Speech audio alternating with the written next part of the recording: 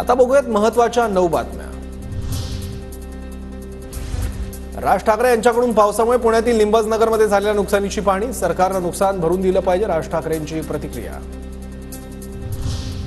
पुण्यात मनसे विधानसभेच्या 8 जागा लढणार, राज ठाकरेंनी कामाला लागण्याचे आदेश दिलेत। यंदा हडपसरमध्ये मनसेचा आमदार होईल। राज ठाकरेंनी आदेश दिला की निवडणूक लढवणार।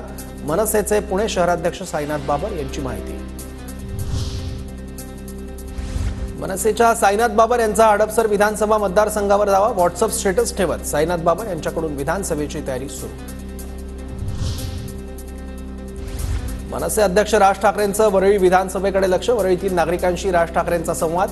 वरळीत आदित्य ठाकरे विरुद्ध मनसेचे संदीप देशपांडे अशी लढत होण्याची शक्यता। वरळीकरांचे आमदार लोकांना भेटत नाहीत। 3 आमदार असूनही लोक आमच्याकडे प्रश्न घेऊन येतात, हे त्यांचं अपयश। लोकांचे प्रश्न ऐकायला आम्ही उपलब्ध, संदीप देशपांडेंची प्रतिक्रिया। पश्चिम बंगालच्या मुख्यमंत्र्यांचा अपमान करणं लोकशाहीला शोभत नाही। ममता बॅनर्जींच्या नीती आयोगातील बैठकीतील नाराजीवरून संजय राऊतांची प्रतिक्रिया।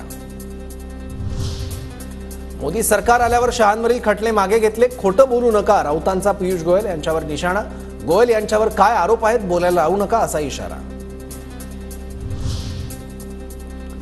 शरद पवार काय म्हणतात त्यापेक्षा माझं मन काय सांगतं हे महत्त्वाचं। शरद पवारांच्या संयुक्त बैठकीच्या सूचनेवर जरांगेंची प्रतिक्रिया।